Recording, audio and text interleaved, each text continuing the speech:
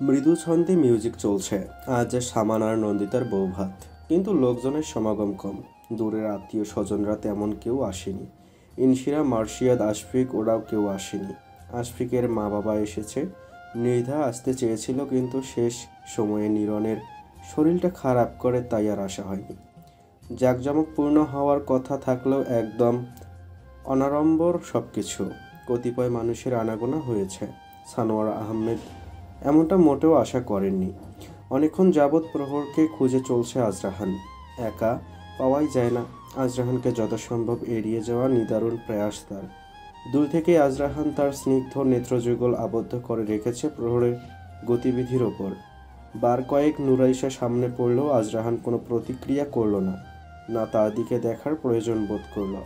প্রহর কোহিলিকার সাথে চুইনগামের মতো লেগে আছে।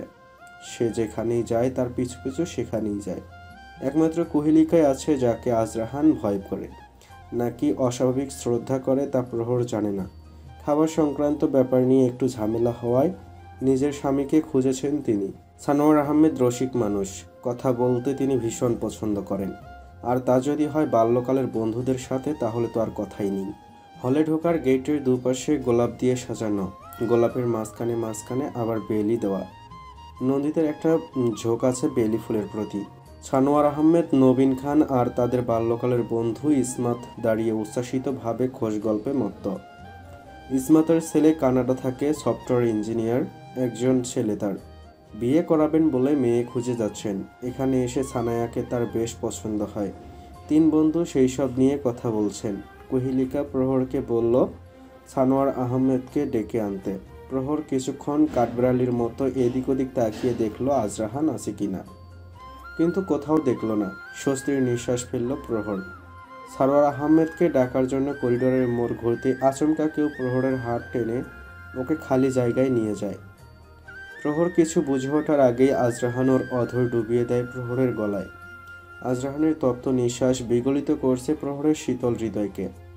আজরাহান ওর ডান হাত প্রহরের বাম হাতে ছোঁয়াতে ছোঁয়াতে ওর ঘাড়ের কাছে নিয়ে আসে। প্রহরের অসহ্য লাগছে। চোখ মুখে বিরক্ত আর কণ্ঠে রাগ মিশিয়ে বলল, এমন কেন করছেন আপনি? ছাড়েন, ছাড়েন আমায়। আজরাহান কোনো শব্দ করল না। মাথাটা হালকা বাঁকিয়ে প্রহরের গলার বাম দিকেও তার আর্দ্র অধর স্পর্শ আঁকতে থাকে। প্রহরের দম বন্ধ হয়ে আছে। তার এইটুকু বয়সে সে অনেক কিছু পর্যবেক্ষণ করেছে অনেকের কাছ থেকে। প্রাণ চঞ্চলা হলেও একজন প্রাপ্তবয়স্ক নারীর সব ধরনের অনুভূতি তার মধ্যে বিদ্যমান। হয়তো পরিস্থিতি তাকে আজ এখানে নিয়ে দাঁড় করিয়েছে।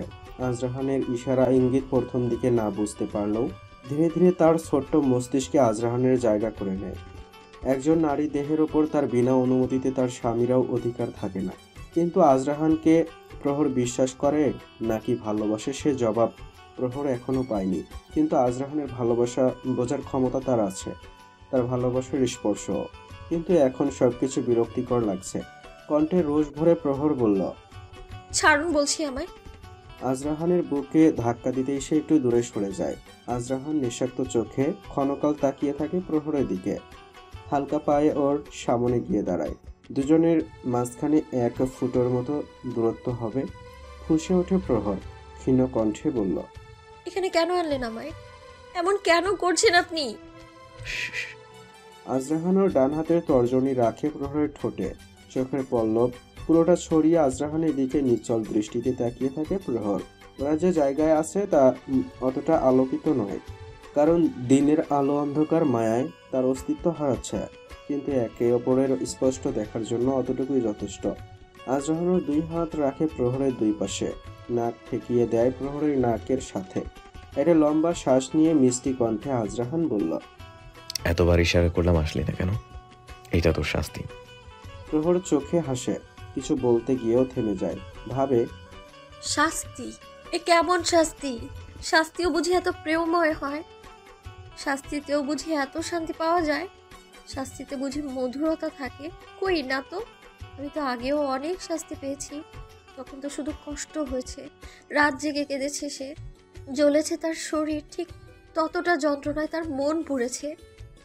দেহের কষ্ট তাকে যতটা জর্জরিত করেছে, তার চেয়ে মনের কষ্ট তাকে ভেঙে চুরে তছনছ করে দিয়েছে।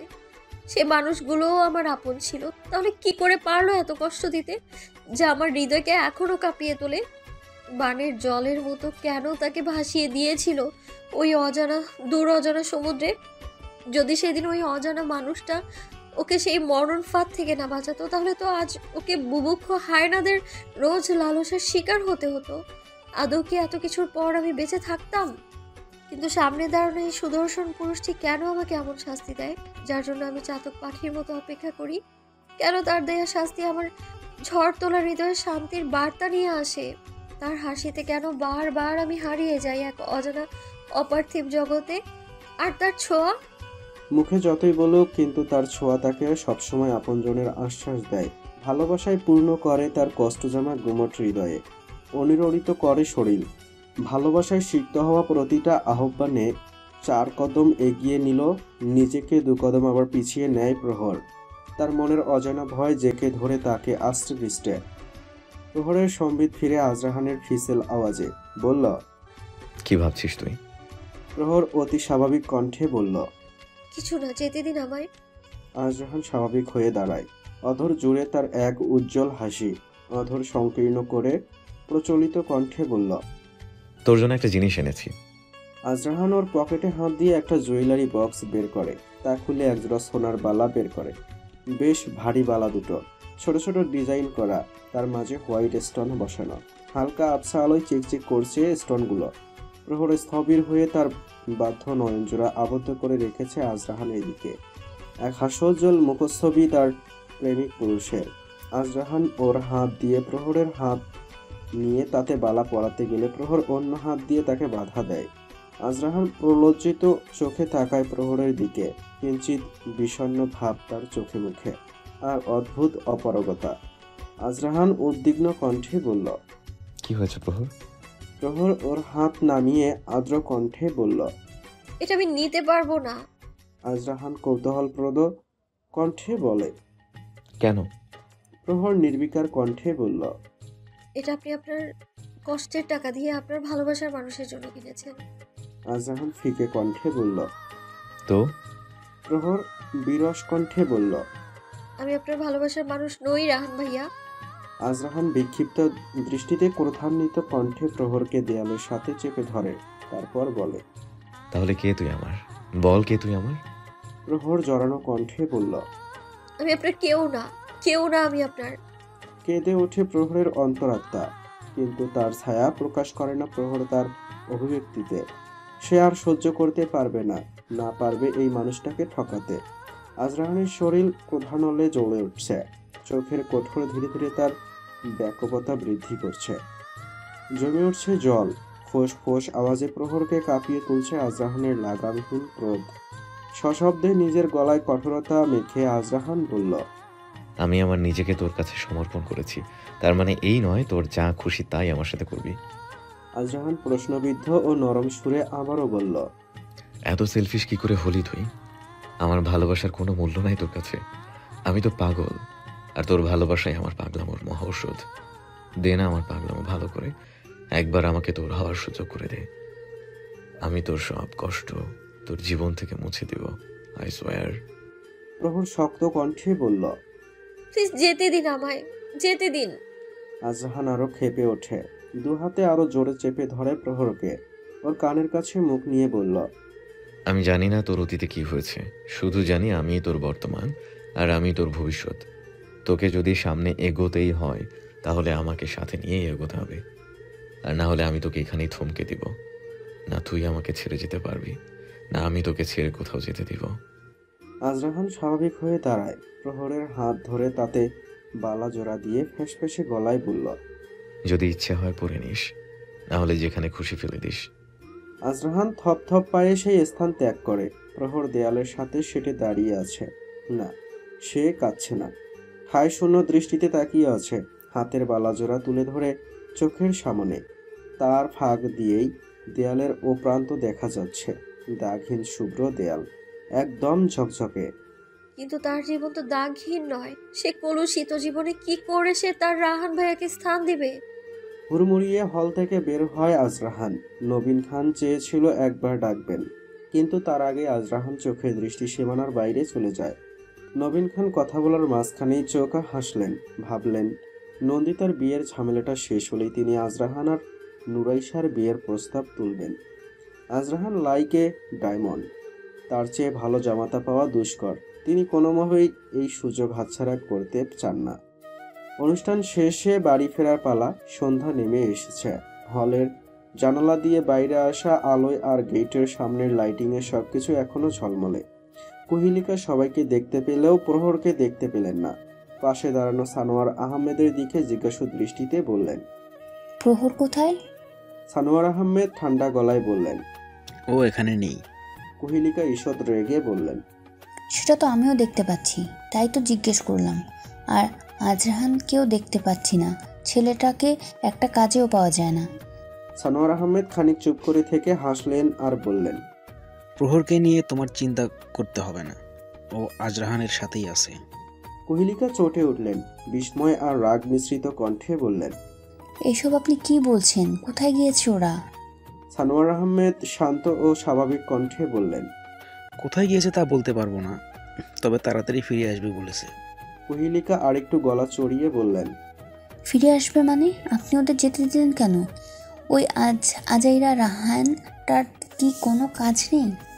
সানোয়ার আহমেদ এইবার বেশ গম্ভীর ও নরম সুরে বললেন, কুহেলিকা, তুমি হয়তো ভুলে যাচ্ছ, আজরাহান এর নাম তোমার প্রয়াত শ্রদ্ধেয় শ্বশুর বাবার। তুমি এইভাবে তাকে বলতে পারো না। কুহিলিকা ইতস্তত বোধ করলেন। নিজেকে অপরাধী মনে হলো তার। ওই মানুষটার জন্যই আজ তিনি এত সুন্দর একটা পরিবার পেয়েছেন।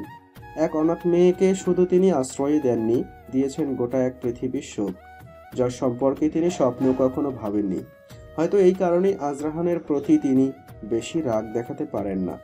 ছেলেটা একটু স্বাধীনচেতা, ঠিক তার দাদার মতো, কিন্তু যথেষ্ট বিবেকবান। কোনো ধরনের বাজে ঝামেলা সে কখনো করেনি। নিজের কথা ভাবতেই তার প্রহরের কথা মনে হলো। প্রহরের জীবনটাও তার মতো।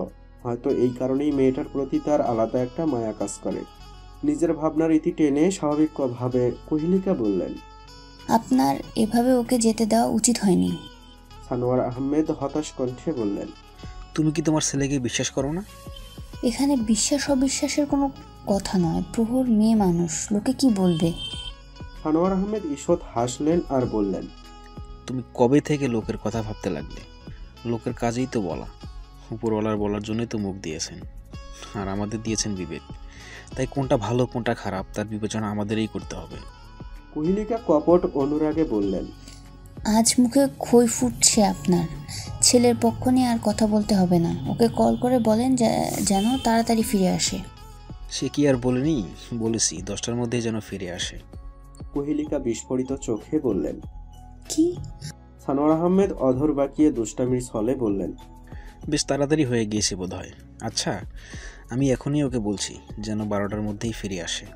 কুহিলিকা চোখ মুখ বাঁকালেন, ভ্রু জোড়া কুঞ্চন করে রাগী কণ্ঠে বললেন, আপনার কি মাথা খারাপ হয়ে গিয়েছে? সানোয়ার আহমেদ বাঁকা হাসলেন। চোখের চশমাটা একটু নেড়েচেড়ে ঠিক করে নাকের ওপর রাখলেন। কুহিলিকার কাছে এসে মৃদু স্বরে বললেন, তোমাকে রাখলে কিন্তু এখনও সেই 16 বছরের কিশোরী মনে হয়। 60 বছর পর বাড়ি গিয়ে সেই প্রথমবার তোমাকে যখন আসলাম ভাইয়ের বিয়েতে আধাত ঘুমটাই দেখলাম, মনে হলো সদ্য পল্লী থেকে ফোটা পদ্ম। তোমার কপালের ওই লাল টিপ সেদিন আমার ঘুম কেড়ে নিয়েছিল। ঠোঁটের নিচের ওই লাল তিল, উফ। কুহিলিকা লজ্জায় মাথা সরালেন, কপট রাগ দেখিয়ে বললেন, এসব কি শুরু করলেন আপনি? বুড়ো বয়সে ভীমরতি ধরেছে আপনার? আরে শরীর বুড়ো হয়েছে, মন তো আর বুড়ো হয়নি। আপনি চুপ করবেন? মা, বাবা কিন্তু ভুল বলেনি। রাখলে কিন্তু তোমাকে বেশ মিষ্টি লাগে। এই জন্যই তো তুমি যতই রাগ দেখাও, রায়হান ভাইয়া তোমাকে একটুও ভয় পায় না। হয়েছে। বাবা আর ভাইয়ের আর চেলামি করতে হবে না। তাড়াতাড়ি গাড়িতে উঠে বসো, দেরি হচ্ছে আমাদের। কুহিলিকার হাসি ভরা রাগে ঠোঁট টিপে হাসতে লাগলো বাবা মেয়ে। ঢকঢক করে পানি গিলে যাচ্ছে আজরাহান। সামনে দাঁড়ানো প্রহর কাতর চোখে তাকিয়ে আছে আজরাহানের দিকে। পানি খাওয়ার সময় আজরাহানের অ্যাডামস অ্যাপল যখন উঠানামা করছিল, প্রহর এর তৃষ্ণা যেন দ্বিগুণ হারে বাড়তে লাগলো। আজরাহানের অ্যাডামস অ্যাপল যতবার ওঠানামা করছে, প্রতিবারই যেন শ্বাস রুদ্ধকর মনে হচ্ছে সবকিছু প্রহরের কাছে। শুকনো ঢোক গিলছে প্রহর। নিগুড় দৃষ্টি দিয়ে আজরাহানকে দেখে যাচ্ছে প্রহর। ফর্সা মুখমণ্ডলের মাঝে ওই জাম রঙের দুই ঠোঁটে স্মিত হাসি যেন যে কোনো নারীর প্রাণ হরণ করে নিবে। ভ্রুজোড়া কুঁচে চোখের কোণ ক্ষীণ করে একবার কারো দিকে তাকালে মনে হবে এই চোখে যেন সারা জীবনের জন্য বন্দী হয়ে যায়। আজরাহান মুখ থেকে বোতল সরাতেই আচমকা প্রহর বলল, খাবো আমি। আজরাহান অষ্টজোড়া হালকা স্মিত করে প্রহরের দিকে ঝুঁকে বলল, পানি নাকি আমাকে? প্রহর চোখ পিটপিট করে বার কয়েক তাকালো, ফিকে গলায় বলল, আমি কি রাক্ষস? আজরাহানের হাত থেকে খপ করে বোতলটা নিয়ে তাতে চুমুক লাগায়।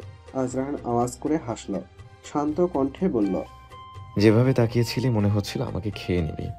অবশ্য এতে তোর কি দোষ? আমি দেখতেই এত ড্যাশিং। কথা শেষ করে আরেক দফা হাসল আজরাহান। প্রহর আবারও প্রস্তর মূর্তির ন্যায় নির্বিকার দৃষ্টিতে আজরাহানের দিকে তাকিয়ে আছে। লাইট পিঙ্ক কালারের শার্টের সাথে ব্ল্যাক প্যান্ট, শার্টের কলারে ঝুলানো ব্ল্যাকের মাঝে হালকা চেকের টাই, পকেটে দুই হাত গোজা সরল দৃষ্টিতে তাকিয়ে আছে প্রহরের দিকে। এই লোকটার এই চাহনিতেই বারবার হারিয়ে যায় প্রহর। তার হৃৎপিণ্ডের কাঁপন যেন বাড়তে থাকে, শিরা উপশিরায় বয়ে যায় এক শীতলতা। ক্ষণে ক্ষণে যেন ওই চোখের চাহনিতেই নিজেকে বিসর্জন দিতে ইচ্ছে করে। প্রহরের সজ্ঞান আসে আজরাহানের নরম সুরে, আর খাবি? উম, তাহলে চল। আজরাহান প্রহরকে নিয়ে বেরিয়েছে শপিং এর জন্য। ছোট্ট একটা শপিং মলের সামনে থামতেই ফুচকা চোখে পড়ে। মেয়েদের ফুচকার প্রতি কি নেশা তা শুধু উপরওয়ালাই জানে। এক এক করে ফুচকা গিলছিল প্রহর। আজরাহান দাঁড়িয়ে একরাশ ভালোবাসার নয়ন দিয়ে গভীরভাবে তার ডিঙ্গি নৌকাকে দেখে যাচ্ছে। রাস্তার পাশেই ফুচকাওয়ালা। শপিং মল হওয়ায় বেশ ভিড়ভাট্টাও।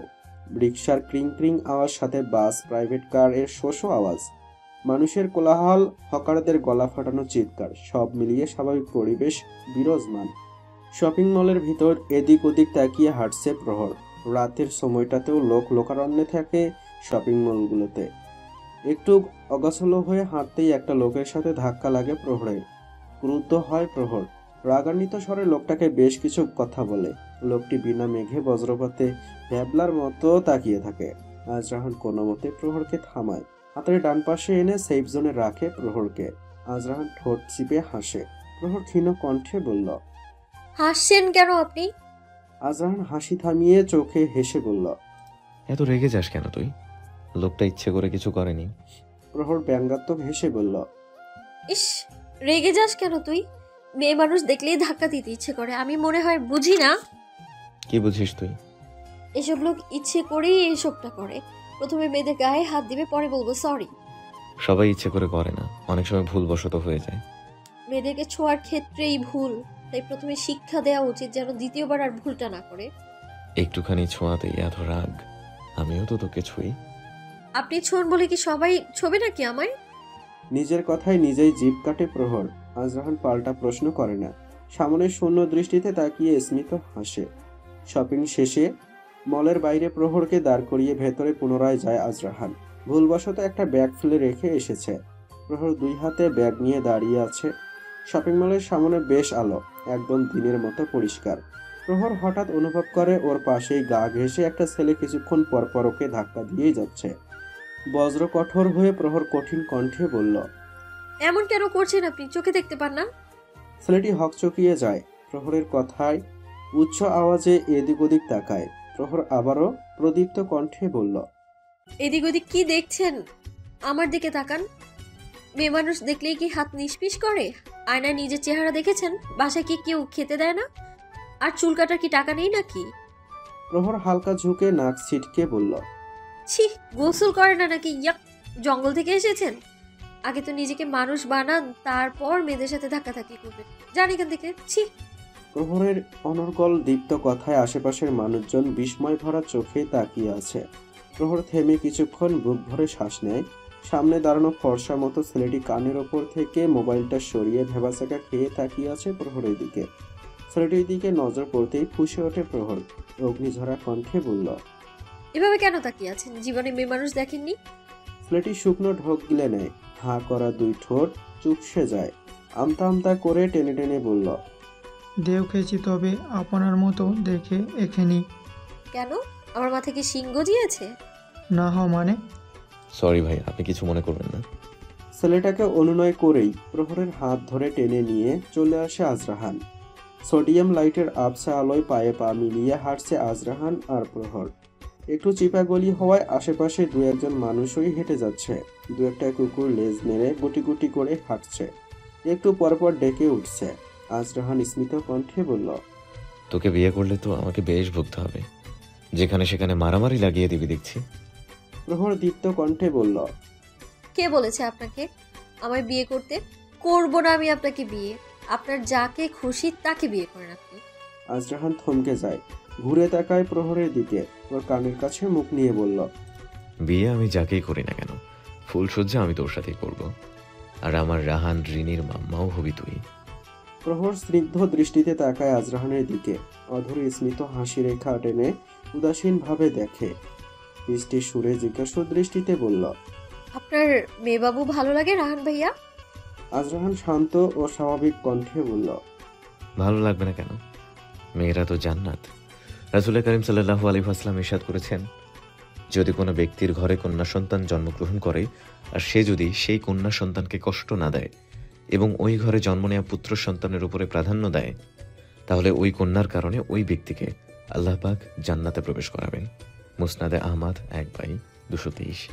আর যে ব্যক্তির ঘরে প্রথম কন্যা সন্তান জন্ম নেয় সে বরকতময় ও সৌভাগ্যশীল হয়। আজরাহান এক লম্বা দম ছেড়ে আবারও বলল, আমি তো সবসময় চেয়েছি আমার যেন প্রথম মেয়ে বাবু হয়, ওকে আমি আমার কলিজা বানিয়ে রাখবো। কিন্তু প্রহর আহত নয়নে বিরস কণ্ঠে বলল, কিন্তু কি? ওই যে তোকে কথা দিয়েছি, তোকে যমজ বাবুর মা বানাবো, তাই মেয়ের সাথে আমার একটা ছেলেও হবে। আপনি কি করে জানেন যমজ বাবুই হবে?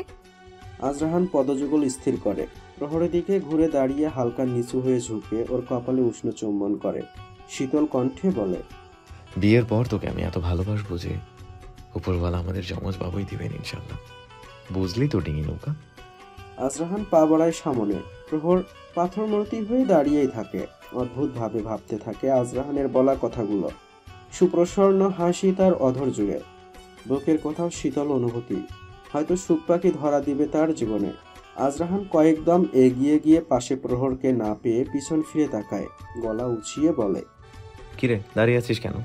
আয়, বলি না ক্ষুধা পেয়েছে, রেস্টুরেন্ট বন্ধ হয়ে যাবে তো।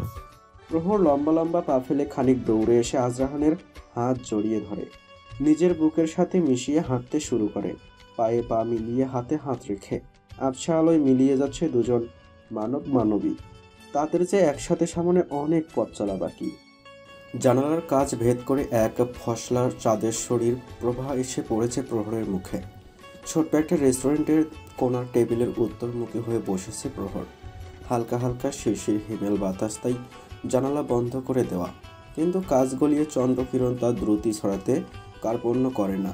আর চাঁদের আলোয় যেন আরও মায়াময় লাগে প্রহরকে। বাচ্চা মানুষের মতো ফোরকে পেঁচিয়ে চাউমিন খাচ্ছে প্রহর। আজরাহান ওর সামনেই বসা, নিজের প্লেটে চামচ নিয়ে ধ্যানমগ্ন হয়ে বসে আছে। প্রহর ভ্রু ক্রুটি করে বিরস গলায় বলল, এভাবে বসে আছেন কেন? বাসায় যেতে হবে না? আজরাহান প্রত্যুত্তর করল না, ঠিক করে হেসে নিচের দিকে তাকিয়ে খাওয়ায় মনোযোগ দেয়। প্রহর ডোন্ট কেয়ার ভাব নিয়ে ঠোঁট বাঁকিয়ে ভেংসি কাটে, ডান পাশে তাকাতেই হকচকিয়ে ওঠে, ধরাম করে চেয়ার থেকে উঠে দাঁড়ায়। আজরাহান চাউমিন মুখে দিতেই প্রহরকে দাঁড়াতে দেখে চোখ তুলে উৎসুক গলায় বলল, কিরে দাঁড়ালি কেন? প্রহর স্বাভাবিক কণ্ঠে বলল, আপনি বসেন, আমি আসছি।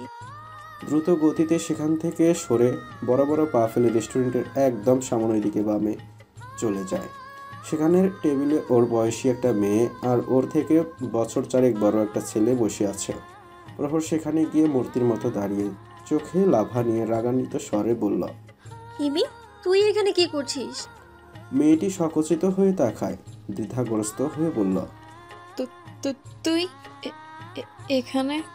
হ্যাঁ আমি। তুই এত রাতে এখানে কি করিস? আর সাথে এটা কি? পাশে থাকা ছেলেটি মাথা নিচু করে বসেছিল, কারণ প্রহর ভালো করে ছেলেটিকে চেনে। প্রহর টেবিলে হাত রেখে একটু নিচু হয়ে ছেলেটির দিকে তাকিয়ে একরাশ বিস্মিত গলায় বলল, রিশাদ ভাইয়া আপনি? রিশাদ একটা বড় সড়র ফাঁকা ঢোক গিলে নেয়, কাতর নয়নে প্রহরের দিকে তাকায়, চোখ পিটপিট করতে থাকে। প্রহর আবারও সংক্ষোভ গলায় বলল, আপনি আপনি এখানে কি করছেন ওর সাথে? আর হিমি, তুই এত রাতে রিশাদ ভাইয়ের সাথে কি করছিস? আজরাহান বিব্রত বোধ করে। এই মেয়ে আজ ওকে ডোবাবে। চেয়ার ছেড়ে সামনে এগিয়ে আসে, প্রহরকে বলে। কি হচ্ছে এখানে? প্রহর উদ্বেলিত গলায় বলল। দেখেন না রাহান ভাইয়া, হিমি রিশাদ ভাইয়ের সাথে কি করছে। আজরাহান ভ্রু কুঁচকে শান্ত কণ্ঠে সংশয় নিয়ে বলল। কি করছে মানে? প্রহর সমুচ্চল গলায় ঠোঁট বাঁকিয়ে বলল। কি করছে, আবার প্রেম করছে? হিমি কুটুস করে এক ঢোক গিলে নেয়। প্রহরকে হিমি ভালো করেই চেনে। এই মেয়ের কথায় বাধা নেই, যখন যা দেখবে তা নিয়ে সউচ্চলিত হয়ে বলবেই। কথায় আছে, যেখানে বাঘের ভয় সেখানেই সন্ধে হয়। প্রহরের না আছে লোকের ভয়, না কথার। রিশাদ সেই যে মাথা নিচু করেছে আর উঠায়নি। ওর শুধু মনে হচ্ছে ধরনী দ্বিধা হও। আজরাহান সপ্রতিভ হয়ে তাকায় হিমির দিকে, শান্ত এবং গভীর গলায় বলল। এত রাতে এখানে কি করছো হিমি? আর এই ছেলেটাকে? হিমি আর প্রহর একই ক্লাসেই পড়ে। আজরাহান প্রায়ই ওদের প্রক্সি ক্লাস নেয়, তাই চিনতে বিলম্ব হয়নি। হিমি উদাস দৃষ্টি নিক্ষেপ করে আজরাহানের দিকে। আজরাহানের কথার সুতো ধরে প্রহর অবিচলভাবে বলল। আরে রিশাদ ভাইয়াকে চেনেন না? সে তো আমাদের স্কুলের সামনে যে ভয়েস কলেজটা আছে না, সেইখানে পড়ে। রোজ স্কুল ছুটির পর দেখি গেটের সামনে এসে দাঁড়িয়ে থাকে। আকাশ ভেঙে পড়ল যেন রিশাদের মাথায়। মনে হচ্ছে সবকিছু ছেড়ে ছুড়ে এখনই ভো দৌড় লাগায়, কিন্তু সামনে তো বিশাল পাহাড়। আজরাহান দ্বিধান্বিত গলায় বলল। হিমি, এবার তুমি কিছু বলবে? হিমি বেচারির বেহাল দশা, মনে হচ্ছে এক্ষুনি ফ্লোর ভেঙে তার ভেতরে ঢুকে যেতে। আহত কণ্ঠে বলল। আসলে ও আমার ভাই। হিমির কথা শেষ হতেই প্রলজ্জিত গলায় প্রহর বলল। মিথ্যে কেন বলছিস? রিশাদ ভাইয়াকে আমি চিনি না মনে হয়। আজরাহান গাঢ় দৃষ্টি রাখে প্রহরের দিকে, স্বাভাবিক গলায় বলে। আর একটা কথা বলবি না তুই। যা ওখানে গিয়ে বস। প্রহর চোখের কোণ ক্ষীণ করে ঠোঁট বাঁকায়। সবার দিকে চোখ ঘুরিয়ে একবার দেখে নিজের টেবিলে গিয়ে বসে। আজরাহান রিশাদের পাশে চেয়ারে বসে। হিমি আর রিশাদ এখনো স্থির হয়ে দাঁড়িয়ে আছে। আজরাহান ওদের চোখের ইশারায় বসতে বলে। ধীর শান্ত গলায় আজরাহান বলল। দেখো হিমি, তুমি এখন অনেক ছোট। আমার ছোট বোনও তোমার থেকে অনেক বড়। তুমি আমার কাছে ওর মতোই, তাই স্যার নয়, একজন বড় ভাই হিসেবে তোমাকে বলছি। তোমাদের এই বয়সটাই এমন যে সব কিছু নতুন মনে হয়, আর নতুন জিনিসে মানুষের কৌতূহল জন্মালগ্ন থেকে। অনুসন্ধিৎসা মানুষের একটি জন্মগত গুণ। এই বয়সটা আমাদের জীবনের সবচেয়ে কঠিন সময়। আমরা যখন কাদামাটি দিয়ে কোনো জিনিস তৈরি করি, সেক্ষেত্রে মাটি যতক্ষণ নরম থাকে আমরা আমাদের ইচ্ছে মতো তার রূপ দিতে পারি। ঠিক তোমাদের এই বয়সটাও তেমন। এই বয়সে করা একটা ছোট্ট ভুলের মাসুল আমাদের আগামী 24 বছরের জীবনকে বদলে দিতে পারে। তাই আমাদের ভেবেচিন্তে সঠিক সিদ্ধান্ত নিতে হয়। আর যেহেতু এই বয়সে আমরা নিজেরা সেই সিদ্ধান্ত নিতে পারি না, তাই আমাদের সবচেয়ে বড় বন্ধু আমাদের বাবা মা। তাদের অনুসরণ করতে হয়, তাদের করা আদেশ উপদেশ নিষেধ মেনে চলতে হয়। পৃথিবীতে এই দুজন মানুষই তো আছে যারা নিঃস্বার্থভাবে সারা জীবন আমাদের ভালো চায়। তার বিনিময় কি চায় বলো তো? শেষ বয়সে একটু সুখ, আর আমরাই দিতে পারি তা আমাদের কাজের মাধ্যমে। ভালোবাসা পাপ নয়, কিন্তু তার জন্য সঠিক সময় সঠিক মানুষের প্রয়োজন। আমাদের আগে সে যোগ্যতা অর্জন করতে হবে, সময়টা বুঝতে হবে, আর তার জন্য আমাদের আগে নিজেকে গড়ে তুলতে হবে। মনোযোগ দিয়ে লেখাপড়া করতে হবে, ভালো মন্দের তফাৎ বুঝতে হবে, নিজের ভালো পাগলও বুঝে। আর আমরা তো জ্ঞান বিবেক বুদ্ধি সম্পন্ন মানুষ, তাই আমাদের নিজের ভালো বুঝতে হবে।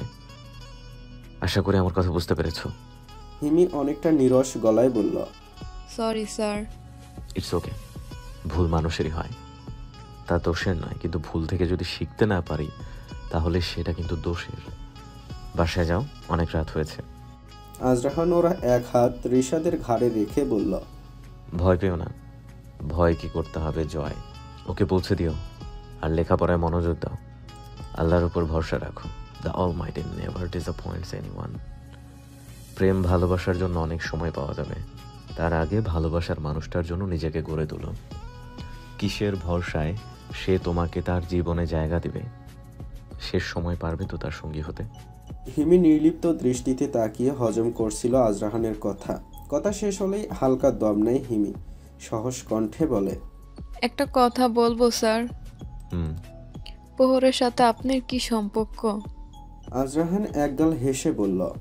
তোমার সাথে তোমার রিশাদ ভাইয়ের যে সম্পর্ক। আজরাহান উঠে চলে যেতেই করুণ দৃষ্টিতে তাকায় হিমি রিশাদের দিকেই। আজরাহানের কথায় লাল হয়ে ওঠে গাল দুটো।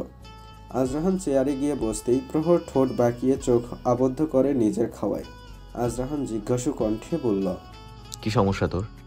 আপনার কি সমস্যা? এইটুকু একটা মেয়ে আসছে প্রেম করতে। তাতে তোর কি? ওর কি প্রেম করার বয়স হয়েছে নাকি? আর আপনি জানেন না প্রেম করা হারাম? আজরাহান গভীর দৃষ্টিতে তাকায় প্রহরের দিকে। চেয়ারে হেলান দিয়ে আরাম করে বসে শান্ত এবং গাঢ় গলায় বলল, তাহলে আমাকে দিয়ে কেন পাপ করাচ্ছিস? কেন বিয়েতে সম্মতি দিস না তুই? প্রহর ওর এক চোখের ভ্রু উঁচিয়ে ক্ষীণ কণ্ঠে বলল, আপনাকে কে মানা করেছে বিয়ে করতে? করেন বিয়ে। আপনার পেছনে তো মেয়েদের লাইন লেগে আছে, যে কোনো একজনকে করে নেন। আজরাহান কণ্ঠের গভীরতা বাড়িয়ে বলল, আমি তোর কথা বলেছি। সমস্যাটা কি আপনার? একটা বাচ্চা মেয়েকে বিয়ে করার জন্য পাগল হয়ে গিয়েছেন কেন আপনি? জানেন না বাল্যবিবাহ আইনত দণ্ডনীয় অপরাধ? আজরাহান চেয়ার থেকে পিঠ উঠিয়ে হাতের আঙ্গুলগুলো ভাঁজ করে একে অন্যের ভিতর রেখে টেবিলের ওপর রাখে। অধর কোণে হাসি টেনে বলে, নবী করিম সাল্লাল্লাহু আলাইহি ওয়াসাল্লাম যখন আয়েশা রাদিয়াল্লাহু তাআলা আনহাকে বিয়ে করে তখন তার বয়স ছিল মাত্র 7 বছর। মতবিরোধ থাকতে পারে, আর তুই 15+। আর তোকে বাচ্চা কোন দিক দিয়ে লাগে? ঠোঁটের আগে তো আগ্নেয়গিরি নিয়ে ঘুরিস। প্রহর আর চোখে তাকিয়ে শক্ত কণ্ঠে বলল, আপনি কি আমাকে খেতে দিবেন? খা, খেয়ে দে যদি তোর একটু বুদ্ধি হয়। পিচঢালা রাস্তা, ঘুটঘুটে অন্ধকার, বিশাল থালার মতো আকাশের বুক চিরে উদীয়মান চন্দ্র ভানু রূপালী জ্যোৎস্নায় আশপাশ পূর্ণ আলোকিত করে রেখেছে। পথ একদম স্পষ্ট। আজরাহান আর প্রহর বাড়ির সামনে এসে দাঁড়িয়েছে। ঘড়িতে প্রায় 11:15। আজরাহান ওর 2 হাতের ব্যাগগুলো প্রহরের হাতে দেয় আর বলে, এগুলো নিয়ে বাসায় যা। প্রহর ভ্রু কুঁচকে তীক্ষ্ণ গলায় বলল, কেন? আপনি যাবেন না? না। কোথায় যাবেন আপনি এখন? আজরাহান আচমকায় প্রহরের কোমর জড়িয়ে ওকে নিজের কাছে টেনে নেয়। প্রহরকে কিছু বলার সময় না দিয়ে টুপ করে ওর ঠোঁটে একটা চুমু খেয়ে নেয়। 2 হাত ব্যাগ ভর্তি বলে প্রহর ঠায় আজরাহানের বুকের সাথে মিশে আছে। চোখ মুখ কুঁচকে নিচের ঠোঁট কামড়ে ধরে প্রহর, বলে, এটা কি হলো? Return payment. এই যে তোকে এত কিছু খাওয়ালাম আর কিনে দিলাম, তার রিটার্ন পেমেন্ট। তুই তো নিজে দিবি না, তাই আমি নিজেই নিয়ে নিলাম। এখন যা, বাসায় যা, আর মাকে বলবি আমি আজ রাতে ফিরবো না। ও আচ্ছা, তাই আমাকে ঘুষ দেওয়া হচ্ছে। কোথায় যাবেন আপনি? মার্শিয়াদের বাসায়। প্রহর উৎসুক গলায় বলল, কেন? কাজ আছে। তুই এত কথা কেন বলিস রে? একদম চুপ। 100 বার বলবো, আমার মুখ দিয়ে আমি বলবো কথা, তাতে আপনার কি? বেশি কথা বললে একদম কি করবেন? কামড়ে দিব তোকে। সরেন। আজরাহান ওর নাক ডুবিয়ে দেয় প্রহরের গলায়, সাথে নিজের অধরের শীতল স্পর্শ শুইয়ে দিতে থাকে। প্রহর দম আটকে স্থির হয়ে যায়। আজরাহান ওর গলা থেকে মুখ উঠিয়ে ঘাড়ে গুজে দেয়। 2 হাত দিয়ে নিজের সাথে আরো আড়ষ্ট করে প্রহরকে। ওর কানের কাছে নরম সুরে বলল, বাবাকে বলিস কাল তোকে স্কুলে দিয়ে আসতে, আর সাবধানে যাস। প্রহরকে ছেড়ে দাঁড়ায় আজরাহান, বলে, বাসায় যা এখন। প্রহর প্রদীপ্ত চোখে কিছুক্ষণ তাকিয়ে থাকে আজরাহানের দিকে। কেন যেন ওর একদম যেতে ইচ্ছে করছে না। ওদের মাথার উপরে ঠিক বাম পাশে চাঁদ তাকিয়ে আছে, যেন ওদেরকেই দেখছে।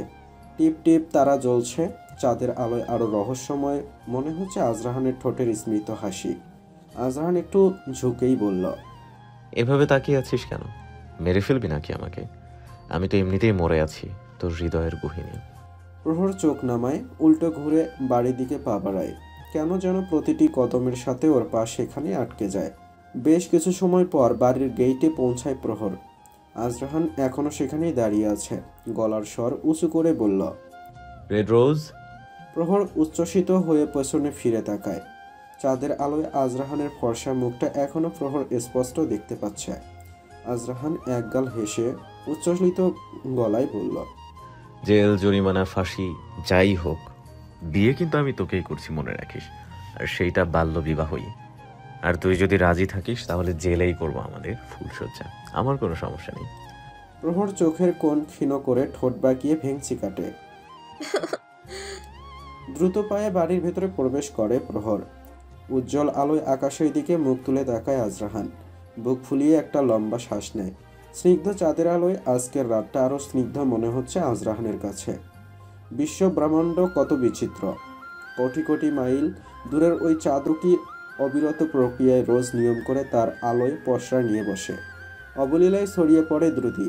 আজরাহান সোজা হয়ে দাঁড়ায়, অস্ফুটভাবে বলে, মাই লিটল হার্ট। কালো মেঘে ঢাকা প্রবল বর্ষার এক অন্ধকার রাতের পরে বৃষ্টিস্নাত ভোর প্রকৃতিতে যে নতুন ভোরের সূচনা নিয়ে আসে, ঠিক তেমনভাবে তোর জীবনের সকল অন্ধকার দূর করে আমি তোকে এক নতুন ভোর উপহার দিব। তোর জীবনের সকল গ্লানি, অবসাদ, কষ্টের অবসান ঘটাবো। তোর নতুন জীবনের সারথি হব। আজরাহান ঘুরে পথ চলতে থাকে ধিমি ধিমি পায়েই। কিছুক্ষণের মধ্যে মিলিয়ে যায় তার ছায়া অন্ধকারে। ডোরবেল বাজাতেই দরজা খোলে কোহেলিকা। প্রহরকে একা দেখেই বিস্মিতভাবে তাকিয়ে বলল, তুই একা কেন?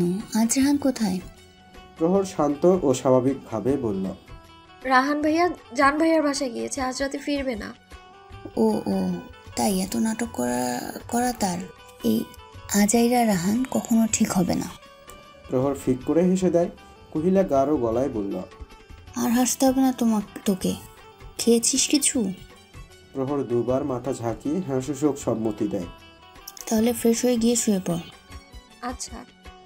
নিজের ঘরে গিয়ে ধপাস করে বিছানায় বসে প্রহর। মাথাটা ঝিমঝিম করছে। ক্লান্ত শ্রান্ত দেহে বিছানা এলিয়ে দিতেই ভার হয়ে আসে। প্রহরের চোখ দুটো আপনা আপনি বন্ধ হয়ে আসে। আজ সারাদিন হওয়া ঘটনাগুলো ভাবতে থাকে। আজরাহানের বলা কথাগুলো এখনও প্রহরের কানে বাজতে থাকে। এক প্রশান্তিময় অনুভূতি হচ্ছে প্রহরের। আনমনি নিজের হাত আনে পেটের ওপর। অদ্ভুত অনুভূতি হচ্ছে, যা ব্যাখ্যাতীত, অবর্ণনীয়। সকালে ঘুম থেকে উঠে কোহেলিকা বেশ অশান্ত। ঘরময় পায়চারি করছে আর লাগাতার কল করে যাচ্ছে আজরাহানকে। ওই পাশ থেকে মিষ্টি কণ্ঠে একটা মেয়ে বারবার বলছে, সরি, আপনার ডায়ালকৃত নাম্বারটি এই মুহূর্তে বন্ধ আছে। অনুগ্রহপূর্বক একটু পরে আবার ডায়াল করুন, ধন্যবাদ। কোহেলিকার চোখ মুখে বিরক্তির ছাপ। সানায়া বাইরে যাওয়ার জন্য রেডি হয়েছে। আজ এনজিওতে যাবে।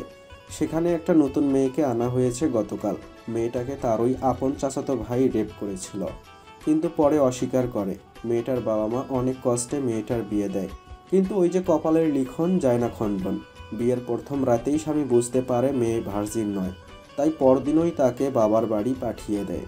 বাবা মাকে যখন সব জানানো হয়, তারা এবং আত্মীয় স্বজন এমনকি পাড়া প্রতিবেশীরাও মেয়েটার দিকেই আঙ্গুল তোলে।